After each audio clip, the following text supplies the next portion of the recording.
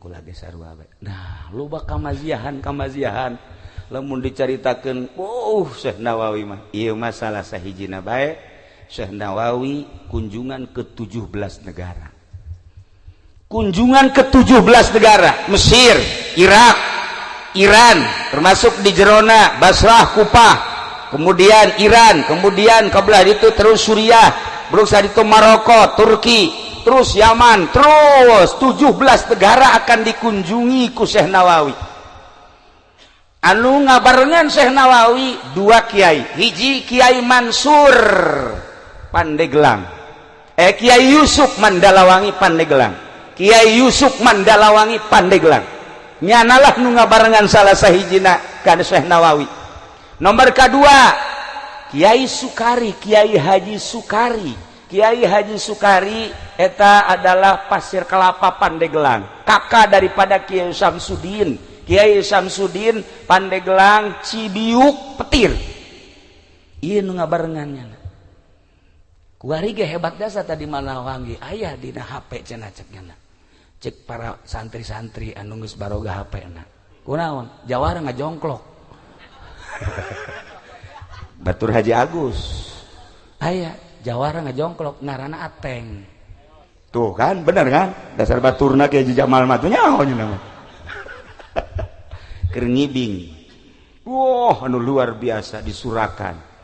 Begitu ngibing menang meureun sekitar 10 menit kurang langsung poyang ngadeprak aya di dinya Mandalawangi. Tah, ateng saha? Tuh, babaturan meureun geus.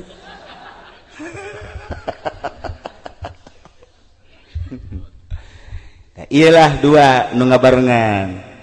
Memehna diajak ke Mesir, nu mantak diajak ke Kairo lantaran Syekh Nawawi menang undangan. Sekup internasional. Di Mesir dan ulama-ulama dunia ingin mengenal Syekh Nawawi sebab karangan-karanganna telah mancanegara dibaraca ku para kiai tapi belum kenal. Boro-boro kiai-kiai anu boga perusahaanna bae ge sebab saat eta Syekh Nawawi manehanana ke Mesir henteu kapanggih jeung anu boga perusahaan ngan kapanggih jeung seorang kiai mufti Mesir ditambah jeung perwakilan perusahaan. Tapi cek Syekh Nawawi masalah nu penting manfaat nu boga perusahaan kaya raya neangan Syekh Nawawi datang ke Mekah terus bae neangan teu kapanggih-panggih. Ketika dituduhkeun itu tuh Syekh Nawawi teh anu ngarang teh Syekh Nawawi nanya deuk aya naon? Ieu deuk terima kasih bahkan deuk mere duit anu luar biasa lobana sebab deuk kawadahan kudu boga perusahaan dek dikembalikan sebagian hartana. Syekh Nawawi nyipres selama 40 poe embung kapanggih jeung sasaha lantaran besi dibere duit. Percis kos Kiai Haji Nurjaya nya nama teu daek dibere duit nya nama ku bupati ge lamun dibere leutik nya embung mun gede karak oke deh. Gusti Allah jauh amat jeung Syekh Nawawi boga undangan lah sekup internasional Kairo. Dua hadam nu tadi begitu datang ke perbatasan diuk urang engke penting bakal menghadiri musyawarah para alim ulama sedunia dihadiri oleh kepala negara dari berbagai negara. Kieu nya Yusuf ka dieu sia. Ieu jubah aing jubah mama pake ku maneh. Eta baju sia ku aing dipake. Engke sia ketika ditanya dititah nyambut atas nama Nawawi. Mun engke ditanya itu saha? Itu adalah Yusuf hadam kula. Ih cek Yusuf kitu amat sih. Ulah kitu amat kitu bae geus. Atuh engke kumaha mun kula teter? Ulah bingung hayu we laksanakeun. Aya mama. Heueuh ge hate mah geter. Ya aing kumaha lalakona ceuk. Hari maneh Sukari dampingi Yusuf ketika manehanana naik panggung maneh di tukang. Laksanakeun ieu jubahna, ieu sorbana. Berangkat penting bada Isa kumpul di aula sekup internasional. Caritakeun mun ku bahasa urang pada malam ini alhamdulillah telah hadir ulama Indonesia yang karangannya telah mancanegara dan kita baca di berbagai pondok pesantren, bahkan di universitas sekolah. Nah, saat ini kiainya hadir di tengah-tengah kita dan kita mohon supaya menyambut bagaimana sepak terjang perjalanan beliau bisa jadi sedemikian rupa. Dengan demikian kepada Bapak Kiai Haji Nawawi At-Tanarib Al-Bantani dipersilahkan. Langsung Yusuf. Aduh, cek Yusuf aing kumaha ieu. Bingungnya na sarua bae. Saya Nawawi mah di pojok kieu. Atuh diceritakeun. Nyambut biasa alhamdulillah ngerasa bunga malam ieu bisa bebarengan. Perlu diketahui bahwa ini asisten saya bernama Sukari dan itu yang di pojok hadam saya bernama Yusuf. Saya Nawawi seri, Pak. Bener kikian aja. Betul. Ketika jalan nyambut anu luar biasa perjalanan Syekh Nawawi kira-kira bangsa 15 menit mentong. Wah. Sekian saya tidak bisa melanjutkan untuk lebih lanjut. Kondisi saya kurang fit, maka saya serahkan kepada hadam saya yang bernama Yusuf. Persilakan hadam. Hadam langsung nyambutnya. Terima kasih kepada guru saya sekian. Hebat Nawawi lain lalagaan jadi orang asa dina sinetron.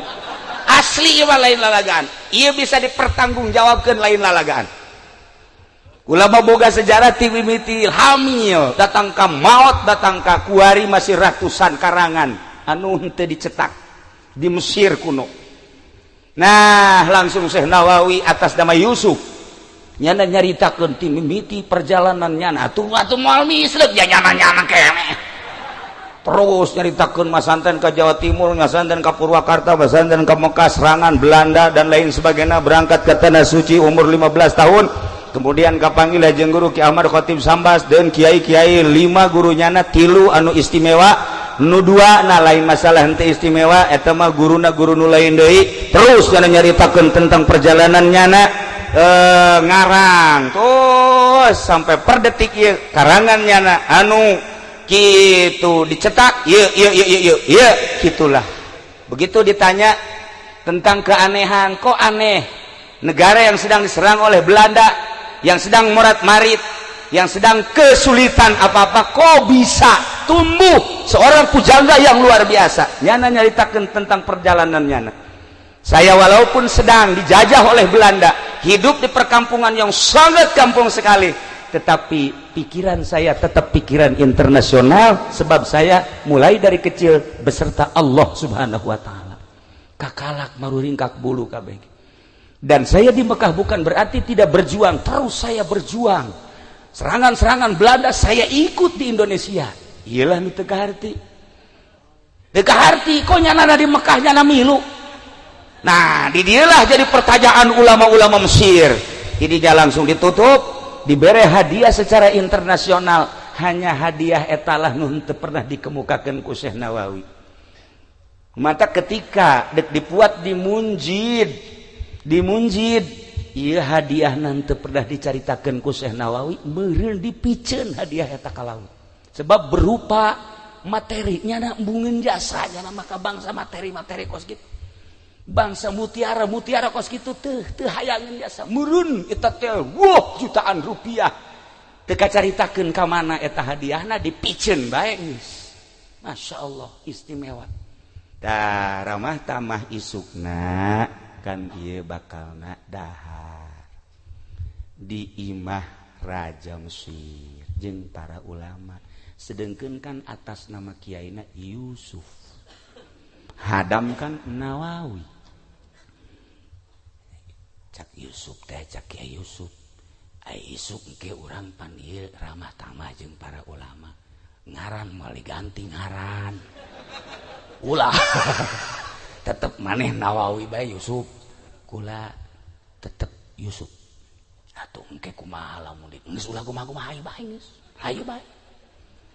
Datanglah isu peuting ramah tamah anu luar biasa di Mesir. Disambut nu diciuman leungeunna nyana. Syekh Nawawi mana kieu bae teu hadamna. Cak Yusuf ya aing kurang jadi kos kieu. Dipeluk, diciuman, wah Nawawi, ieu Nawawi, wah haju didiukeun ge di kasur saat eta Nawawi nama dilawang di ditu. Nyana ngiceupan Yusuf. Teu kiai ku tawadu teh. Mun Ki Nurjaya, awas ya hilik. Hilik, ieu mik nu aing ya. Aduh, Ki Jamal deket ki awas nyingkir. Geus ieu mah forum nu aing. Tapi Masya Allah Syekh Nawawi Cerita katawaduan anu luar biasa. Nah didinya lah dahar. Begitu dahar poho Syekh Nawawi. Iya kopeahna kunyana teu digilekeun kieu tah kieu dikitukeun saeutik. Imah oyak. Kabeh kaget. Dia bisa jadi oyak-oyagan kieu. Syekh Nawawi tenang bae deui kieu, mangkaning dilawangnya nu ayana. Poho deui bae digoyangkeun deui ka dieu. Oyak deui bae. Ye. Cak ti ditu nu mana sih nu Nawawi yeuh. Tidinya kakarak. Syekh Nawawi dititah ka hareup lantaran lain lalagaan ieu mah situasi. Kok jadi kos kieu yeuh? Disumpahlah Syekh Nawawi. Asli ngaranna saha nu sabenerna? Kakarak kulantaran disumpah nyana kakarak bubuka ana Nawawi cek kana. Ieu hadam anak. Tetunggu nama Yusuf maneh ka ditu nyingkir. Ya Nawawi kena di dieu yeuh. Tuh nasib aing gos kieu cek ka kieu Yusuf.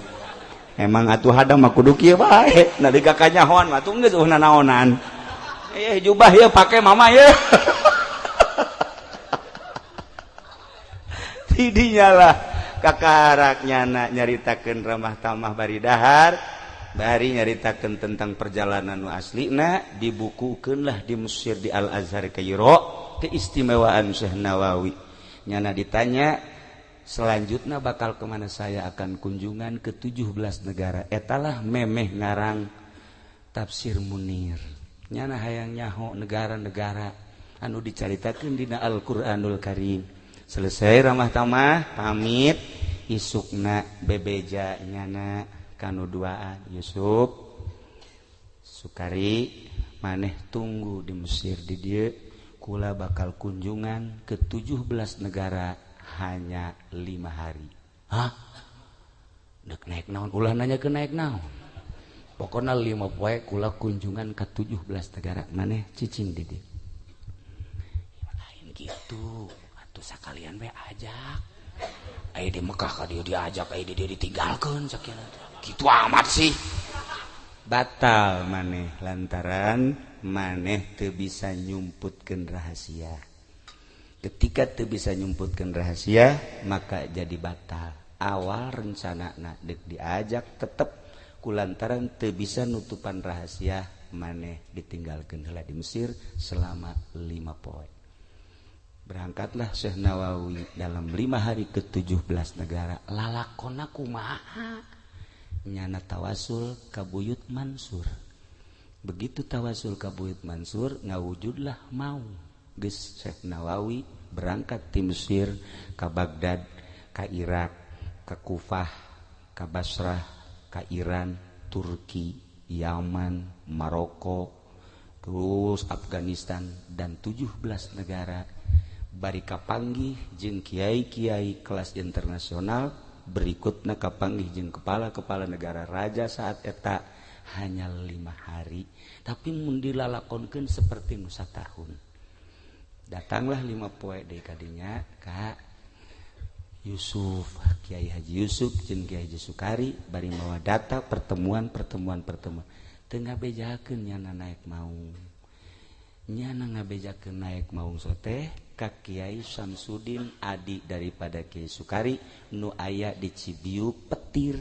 Waktu eta meunang narima berita kos kitu ketika umurna manehanana 60 tahun. Carita nyana nyaritakeun umur 95 tahun, tahunan nyana deuk maot.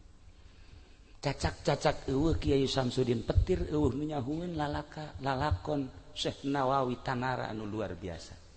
Kitulah Syekh Nawawi nu mentak nyana nyaritakeun sir